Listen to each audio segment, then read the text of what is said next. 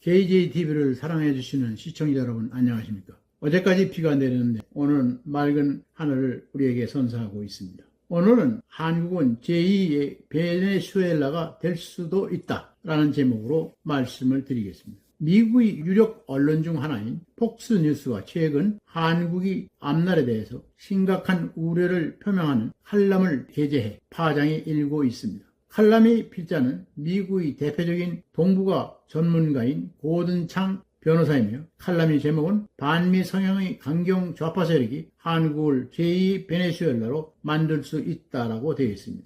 그는 이 칼럼에서 한국 정부를 흔들려는 북한과 중국의 권력은 전략은 결국 한미 동맹을 분열시키고 미군을 한반도와 아시아 대륙에서 철수시키는 것이라면서 한국은 정말 제2의 베네수엘라가 될 수도 있다는 한국 문제 전문가인 글랜트 뉴섬의 경고를 인용했습니다. 그렇다면 이것은 단순한 경고에 지나지 않는 것일까? 단순한 엄포에 그치지 않을 것 같은 징조가 보이고 있기 때문에 문제가 있습니다.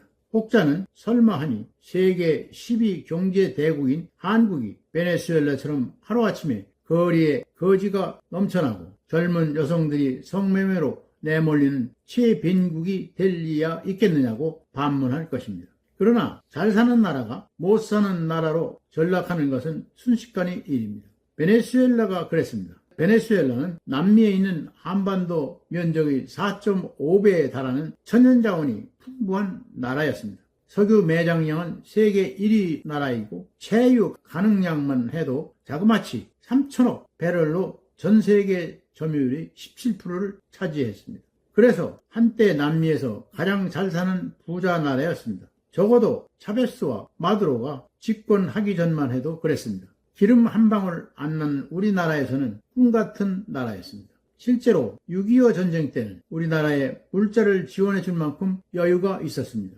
그러던 베네수엘라 차베스에서 마두로까지 사회주의 정부로 26년간 이어지면서 망조가 들었습니다. 차베스는 집권하자마자 잘 나가는 석유 회사들을 국영화해 집권층 세력이 이권을 타취하게 했습니다. 황금알을 낳는 거위를 잡아먹은 셈입니다. 이는 경제와 사회에 막대한 폐해를 입혔고 만성적인 인플레이션을 유발케 했던 것입니다. 차베스가 사망한 후 마두로가 집권해서는 경제 위기에 대응한다면서 애화를 통제하고 가격을 통제했으며 화폐 개혁 등의 조치를 취했지만 효과는 없었습니다. 오히려 이런 갑작스러운 정책 변화는 사회적, 정치적 불안을 가져왔으며 부패와 실업률 증가를 심화시켰습니다. 차베스와 마두로는 국민들이 지지를 얻기 위해 마구잡이로 퍼주는 무상복지 포퓰리즘 정책을 남발했고 그 지지를 바탕으로 행정부는 물론 사법부, 입법부, 언론기관, 그리고 지방정부, 기업체 등 국가의 모든 권력을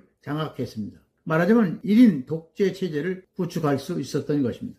특히 마두로는 세계 제1위 산유국으로서 여유가 많다면서 일단 쓰고 보자면서 국가 재정을 펑펑 써댔습니다.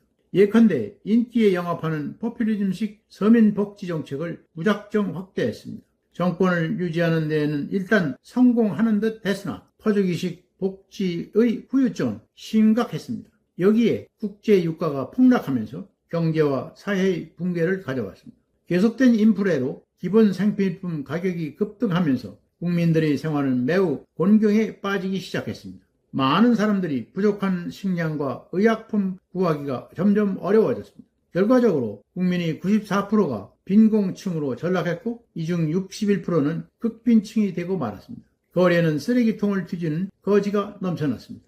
포퓰리즘 정책을 계속 선호한 베네수엘라 국민들은 지금 먹을 것을 찾아 나라 밖으로 나가 수백만 명이 떠돌아다니고 있습니다. 합법적 이민이 아닙니다. 경제적 어려움으로 불법 미립국으로 나라를 떠난 사람들입니다. 남미 각국은 베네수엘라 난민들을 인해 사회적 갈등이 일어나고 심각한 사회 문제가 되고 있습니다. 이재명 대표가 지역화폐라는 이름으로 전 국민에게 25만 원씩을 주자며 입버릇처럼 떠들던 정책이 있습니다. 이게 다름 아닌 베네수엘라식 포퓰리즘입니다. 일단 돈을 뿌리면 국민들은 지지할 것이고 그 지지를 비판으로 국가의 모든 권력을 장악하겠다는 저희가 보입니다. 그에겐 나중에 나라가 어떻게 결단나든 상관이 없어 보입니다. 이재명 대표는 또 마두로의 정권 유지 방법을 본딴 듯 한 정책에 대해 발언을 한 일이 있습니다.